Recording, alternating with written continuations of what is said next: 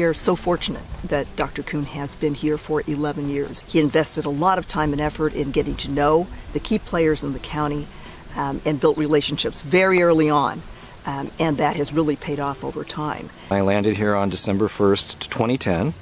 We have not been without our challenges over the years, especially in the beginning. But I think we're in a really great place now, a bright future ahead of us. We are very proud of the work that we've done to reduce barriers for our students and to help them be more successful. One of my favorite stories is to talk about the collaboration that we have with Marin Transit Authority. They've provided some funding and reduced their rates. We provide some funding to further reduce the rates. And then what it results in is that any of our students that register with us, they have access to a low-cost bus pass. This is what I like to call the power of we versus the power of me. Power of me, which is not insignificant based on my role at the college. The power of we is so essential because that's where we get the real work done. That's where we bring people with diverse perspectives to the table, diversity by gender, by ethnicity, by race, but also diversity of thinking and diversity of disciplines that they represent at the college. We are actually a Hispanic serving college because of the number of students that we have that are Hispanic. And that's something I must say I'm more proud of because it recognizes the work that we've been doing that we wanted to achieve when we hired Dr. Wain Coon. One of the qualities that I think is pivotal in Dr. Coon's success is the fact that he's a gay man. He wanted to make sure that everyone felt included, and he was proud of being a gay man and comes with that sensitivity to know that not everyone is welcome at all tables and that we are going to do all we can to make everyone welcome. We are seeing movement on the needle within our student outcomes.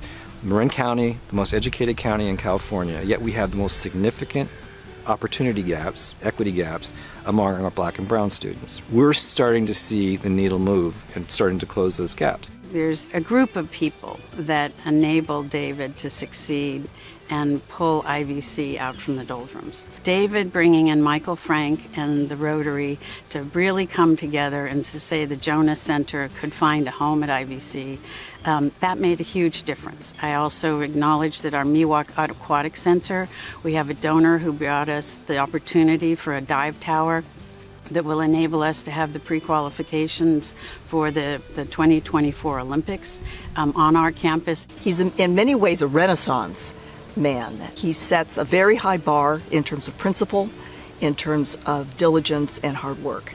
And he's a really wonderful role model, but he also doesn't lead with ego. He's a communicator. He is a strategist.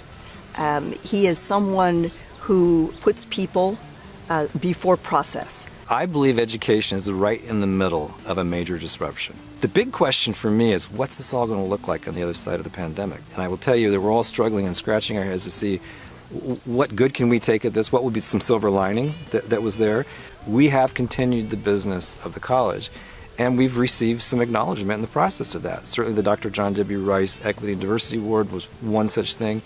And then when Academic Impressions released their list of top colleges, we were named Best Community College in California and number 5 out of 839 in the nation.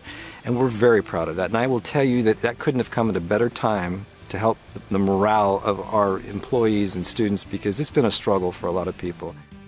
Where would College of Marin be without David? We certainly wouldn't see the revitalization of IVC without his strong, collaborative, partnership-oriented leadership.